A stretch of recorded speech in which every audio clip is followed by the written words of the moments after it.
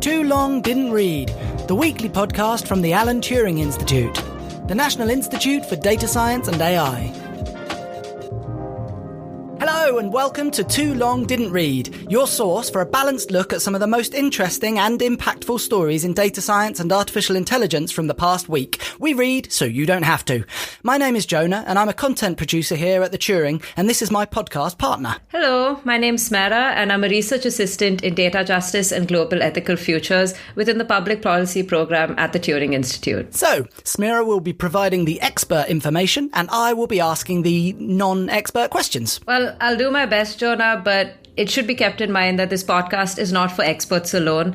There is a lot of information being fired at us, and even I find myself in awe of these advances in tech and AI. I can believe it, Smera. I try to keep up by reading the millions of newsletters I subscribe to and the billions of articles and opinion pieces and the breaking news. There's just so much to read. Well, I'll let you in on a secret. A big part of a research assistant's job is to read, so I'm more than happy to ease your reading burden. Well, look at that. We've somehow managed to shoehorn an explanation of the podcast title into our intro. What are the chances? So that's right. Each week, we will take a quick look back at some of the big stories in data science and AI and try to wrap our heads around what it means for us and the world at large. So, Smera, this being a weekly podcast, I'd just like to ask you how your week has been. Any highlights so far? Not highlights, but more of a conundrum that I'm facing, having a Halloween party soon, and I just cannot think of a unique enough costume that isn't Barbie or Oppenheimer. So if you have any recommendations, I'd really appreciate it. Well, I look forward to hearing what you decide on. Thanks for the invite too. Oh, I think it might be with the post on its way. I'm not really sure. But how was your week? My week was okay. I think my highlight would be that my 8-year-old daughter has today gone on her first guitar lesson, which brings me one step closer to having an in-house band that I've always dreamed of. She'll probably be better than me in about a week, so we'll see. Oh, that's really cute. I can't wait to see the first show.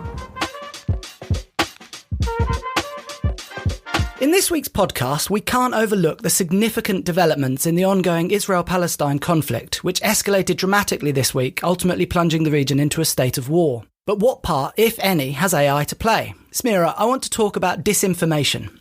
This week, the EU has warned Meta about the spread of disinformation with regards to the Israel-Palestine conflict, and X, the artist formerly known as Twitter, has also been cautioned recently. Smera, I want to know first, what is disinformation? Is it different to misinformation? And is there a reason we don't just call it lies? Well, I mean, to get to the heart of this, it really requires an explanation of 3 different terms, starting with disinformation. So disinformation is intentionally misleading. So the folks who put it out there are doing it with the purpose of inciting hate, potentially to change the course of political debate and so forth. Misinformation, on the other hand, is more unintentional, where there wasn't any political motive or any social reason why folks decide to share the information that they did. It was just the lack of information available, but again, without any malicious intent behind it. The other more interesting one is malinformation, which essentially stems from some form of truth, a little nugget of truth, but is exaggerated in a way that it kind of obscures what the truthful element behind that is. And all 3 concepts are very much at play when we interact with anyone on social media platforms, and it's increasingly more prevalent and tends to spike up when there is a political turmoil or elections around the corner. The reason why we don't say lies, and of course this is something that academics like to focus on particularly, is that there is a reason to look into the political nature of these events and to look into why people acted in a way. It's not a lie in and of itself, but it is reflective of the larger social patterns that we see when people interact with each other, especially in increasingly partisan times. Okay, but disinformation still sounds like lies to me. I mean, we can say lies when it applies, but just calling it lies fails to capture the nuances and the social trends that give rise to misinformation, disinformation, or malinformation, which is very important for us to understand why people are responding the way they do and what it means for them to share such information and the consequences behind that. It's funny because if Meta and these other big companies like X were called liars, the news would read very differently, wouldn't it, than disinformation? Yeah. So how come the EU can tell these massive companies off? How come they've got the power? So the EU has been doing well to make sure people on the internet can present themselves as they want to and protect their rights and interests at the same time. And a part of this is the Digital Services Act, or the DSA. It's not the same as GDPR, although it does respond to it in some ways. But the DSA essentially mandates very large online platforms to remove illegal content on their platforms. So this would be Facebook, X, or formerly Twitter, Instagram, and the like. So when there is false information being spread on this, the DSA can step up and hold the companies responsible for the content that's being shared on their platforms. When you say they're trying to remove illegal content, how do legalities transfer between different territories? How do different laws work between borders? Legislation and jurisdiction play a huge role in this. So while territories under the EU are protected by the DSA, other territories are not protected by the same requirements. So X performs in a completely different way in places from Australia to the US to even India for that matter. So yes, there are different understandings of the word legal, which is similar to how there are different understandings of the word fairness or bias and different aspects like that. But there is a general idea that we shouldn't do harm. Yeah, limiting harm seems like a good place to start. I noticed that X have scrapped their election misinformation team in the US and elsewhere, but it remains in the EU. I presume the DSA is why. So I can't give with any certainty an excuse as to why they scrapped their election misinformation team, but they did offer community notes, which replaced an earlier feature that was available on Twitter. And this feature essentially allows users to comment if there's any false or misleading information. So someone like you or myself could comment on a piece of video that's circulating, which we know not to be true, with some evidence maybe as to why we don't think it's true. And this is a method of crowdsourcing some information as to false information or misleading information. However, on the other hand, there is a big issue that comes out of this because it relates to the echo chambers which function on social media, especially with the way algorithms work. So in a sense, this feature only works if sufficient users support the comment, which won't, as I said, have an intended effect because of those echo chambers where people only interact with the information that they tend to support and scarcely come across information that they do not support or are vehemently opposed to. And it was also found in some cases that well-supported comments on community notes were actually found to be propagating more misinformation, and the original post was found to be accurate. So this again asks us to step back and really look at the information that we're dealing with. Yeah, I presume that the people commenting the most about misinformation might be the people with the most to gain about stopping that information, whether it is misinformation or not, getting out. Tricky one. Well, that brings me to the next question, which is why would X want to scrap a team that protects its users from misinformation? There is no comment from X as of now, and it might be a bit of a stretch for us to make any claims on what Elon's thinking with scrapping the team. But this does correspond well with the arguments for free speech that we see, especially in the US, particularly around election times. And there's so much to say about the people out there who are arguing for free speech for AI systems, for instance. But this is quite a reach. And as of now, all I can say is that there's no comment. Yeah, I suppose with the elections in the US next year, we will probably be revisiting this kind of story. So I imagine the key is to absorb information when you're online with a calculated pinch of salt, right? Is there anything else I can do to protect myself or ourselves to combat these problems? As you said, Jonah, these are tumultuous times across the world, and it's particularly dangerous in some parts of the world right now where there's so many different power asymmetries and allegiances as well. Journalism can be caught up in these issues as well and contribute to the spread of false narratives. So it's important for listeners and ourselves to be aware of what we can do. So we can keep up to date with information with multiple different news agencies. This also breaks the echo chamber idea, and we're exposed to more different viewpoints and diverse perspectives on an event. We should also try maybe avoiding sharing videos for shock value, especially if the claims are unsubstantiated. And maybe follow some accounts that are more reliable. I can give, for example, UN handles are usually more reliable in terms of their information. Journalistic sources like Reuters or the Associated Press might also be good sources of information on this.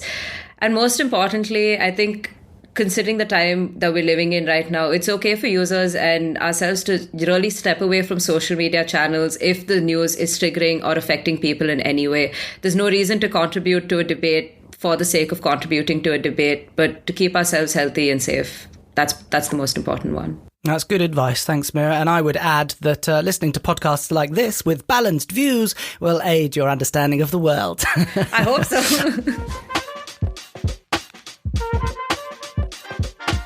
I love to swim, but I alarmed some fellow front crawlers this week as I was splashing about in my local pool by getting way too angry at my smartwatch. The screen doesn't work when it's wet and I couldn't figure out how to pause my workout, losing precious seconds on my PB as I fumbled like a fish out of water, but in water and not a fish. Is this going anywhere? It is, Mira. I want to talk about AI and fitness. My frustration with my smartwatch got me researching if I should get a better one, and that led me down the rabbit hole of wearables and fitness and health data. I read an article about a new smart ring that you can wear for tracking sleep, fitness and stress, and I wondered, A, will we one day be covered head to toe in AI wearable bling, and B, how do these wearables work? I know there are sensors all over them and I know about GPS, but I don't really know what my smartwatch is using to tell me information, which I in turn attach a fair bit of importance to. Okay, I mean, there's a lot of questions there, but on the first part about AI fitness bling taking up a large chunk of our dressing and accessories, I can't be too sure right now. These devices are slowly improving, but not at a rate that makes regulators confident on their use on a diverse group of people. Moreover, there is also still a digital divide where few people can access these innovations of the future. And quite frankly, I personally think a metal strap is much nicer than a clunky silicone fitness watch. But more importantly, the tech behind these devices is actually fascinating. These devices are trained on vast volumes of data to a certain step count, sleeping patterns, menstrual cycles, and so on. But the medical literature used to inform the design of these devices and establish thresholds of, say, best practices, these are oftentimes rooted in historical inaccuracies and biases. Oh, really? So what are the historical inaccuracies and biases? I mean, there's a whole trove of them out there, so I can't really list everything right now, but if we look back into history and the anthropological history and even medical literature, we can see that race was a huge element in how medical literature was defined, as well as treatments for certain people. This led to the social Darwinism and assumptions on race corresponding to the treatment you get or race corresponding to health factors, which sometimes are not accurate. This is, of course, not to say that race doesn't impact one's way of life if it is linked to, say, their health habits or other instances, but it's not always the case. So are you saying my Apple Watch with its lovely silicone strap isn't accurate? Not really, but I think there are some tools out there that are specific and curated, which perform well on certain groups. Usually these are majority groups that make up a chunk of the data set, and often they're based in transatlantic countries like the US or UK. But there are more studies that are being released that these devices are not accurate on outlier groups. These are groups that are not so well represented in their training and testing data sets, which then means that these individuals might be harmed by the use of these devices. It might not be a direct physical harm, but it is presenting them with false information. Again, not disinformation. Right, okay, yeah. So the key word I heard there was individuals. And as much as we're treated as kind of herds, each human is an individual. So how can these technologies take into account the massive differences between us, not only our physiological differences, but also our mental differences and capacities and capabilities? We've all got different ideas of what we want from our activities, different limits, and particularly as we get older, we all have very different aches and pains to consider. How can these wearables and performance analytic tools like Strava consider that mass of information? I mean, it's a lot of information right now, and it is a looming question for public health practitioners as well as policy folks. And this usually comes out in the case of venture capital. A lot of the funding comes largely from transatlantic VCs. The goal is profit motive. And if the goal is profit motive, it's not public benefit, and that means cutting costs no matter what. Take, for example, data on pregnant women. They are not well represented in data sets because they are considered a high-risk group, and high-risk groups translate to high costs, and which means they are going to be cut from the data set. The result is that these devices will not perform well for this subgroup, that is pregnant women, and as I said before, can lead to harmful or misleading results. So what regulators are trying to do right now is to incentivize tech companies to pay more attention to subgroups and minority populations, kind of a way to shimmy in public benefit for all through their regulation activities, right? But tech companies overcome these regulatory blocks by rebranding the device from general use to use only for a smaller group of people on whom those performance metrics are more accurate. And of course, the data is more relevant. So it's a very strange space to be in right now because there's all of these different aspects and public benefit is not really the focus, which I personally think should be. I imagine there are people like me who don't even add in all the data that the apps want about my body and health. And also, like, my battery doesn't last the day, so it's not on there for my sleep analytics. I understand I will incur a sort of data penalty, but how much difference does all that stuff make? And am I kind of just wasting the thing that's on my wrist by not inputting all that data? Honestly, data penalty is a great phrase to use. I might actually start using that in more papers. Thanks.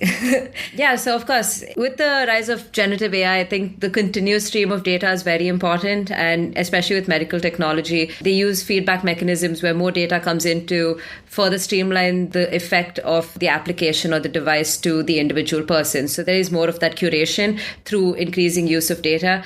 But it will still work if you're using it, but it has to be mindful that not everyone can use it at all times, and that still requires a bare basic amount of data on those subgroups I'd mentioned earlier. Yeah, so I suppose there's a sort of disparity between the data that they want to collect for monetary purposes and the data they need to or should be collecting to best indicate our fitness. Yeah. That's kind of got me thinking about health in general and how these tools could be used for better personalisation. But I think we'll save that for another episode because that sounds like a big topic.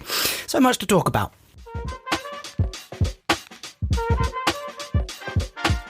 And now, artificial IntelligDANCE. Do you like the pun there, Smira? Sorry, what'd you say? Artificial IntelligDANCE. No. Because this story is about music. No, Jonah, can I veto that? No, you can't. Okay, moving on. Yeah, our final story this week was sparked by the news that Spotify will not ban all AI-made music. They famously took down a song that used AI to recreate the voices of Drake and The Weeknd earlier. How do you say The Weeknd? The Weeknd, or is it The Weekend? Weekend, is it? All right. I'm hip. Yeah, they took down this song earlier in the year, but have pointed out that AI tools such as auto-tune, which can improve the music, questionable, are allowed. The grey area is when AI is used to make music that is clearly influenced by an existing artist, but does not directly impersonate them. Spotify don't have a conclusive answer for that one just yet. But first, Mira, I need to know, asking for a friend, how does AI make music? Honestly, Jonah, this was literally me a few months ago when generative AI and ChatGPT was the be-all and end-all of all conversations. And that led me down a lovely little YouTube spiral trying to really understand the logic behind the technology. And let me tell you, there are a bunch of great sources on there. If you're willing to waste like 6 hours of your life really trying to sit down and do differentiation and figure out how this works. But for those who don't have that much time, here's a little snippet of how it works. So generative AI is largely seen as the next generation of innovation. So all AI models require a lot of data for training and testing, but generative AI is built on the most extensive data sets. They're trawling the entirety of the accessible web for data on text, images, graphics, and of course, music. For music generation in particular, the data input includes publicly available melodies, jingles, beats, and so forth. And in some cases, they've also been found to use copyright music without the consent of the artist.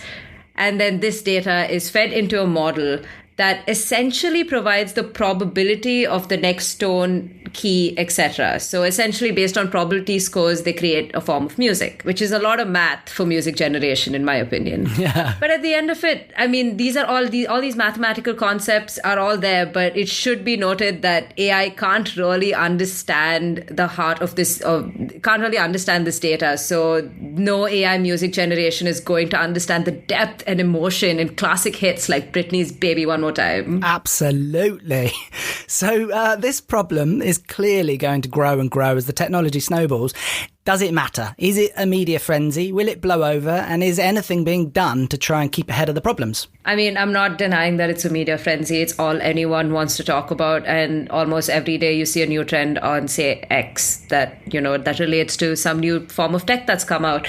So that can't say whether it's going to end anytime soon, especially because it's advancing at such a rapid pace that, a lot of us haven't come across before. But to do something to keep ahead of it is a very important question here. I think with the artist strikes in Hollywood and numerous instances of industrial action across the globe for people to earn a fair and secure line of income, I think over here it's important to see what we can do to advocate for protections as an individual, as part of a larger community, but also turn towards governments to step up and protect artists and everyone else who's involved in these communities. Presumably then there's a risk of sort of AI appropriating genres and cultures, musical cultures and cultures in general when it comes to music. Is that something that's been considered? I think now when we see AI appropriating art, it's always seen from an intellectual property point of view.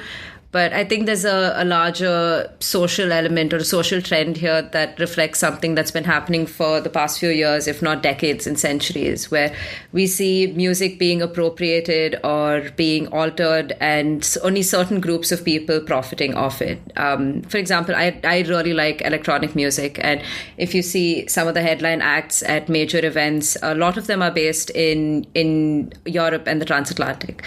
But it's important to go back to the roots of that same form of music. And this all began from Detroit at a time when it was very dangerous to be an African American in America, and the kind of restrictions they faced and the kind of experiences they had. And that, of course, influenced their way of life. And this is not to say that music doesn't grow and evolve and learn from those experiences. That's a huge part of it.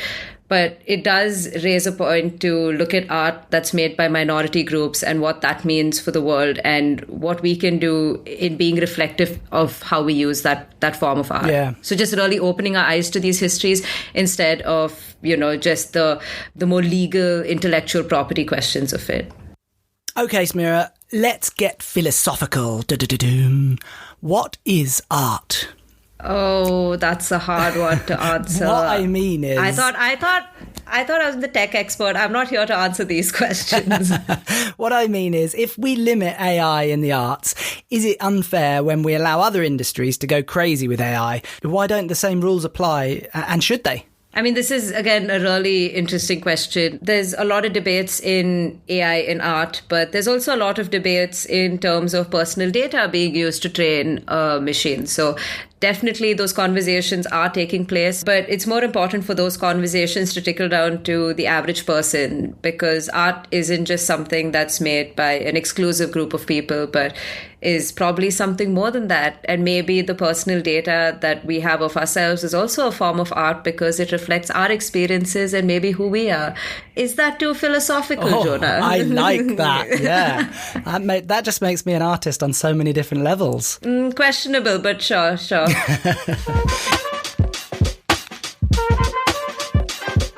Smira, we have made it through episode 1, our first ever episode of Too Long Didn't Read. Thank you for your excellent insight and putting up with my terrible jokes.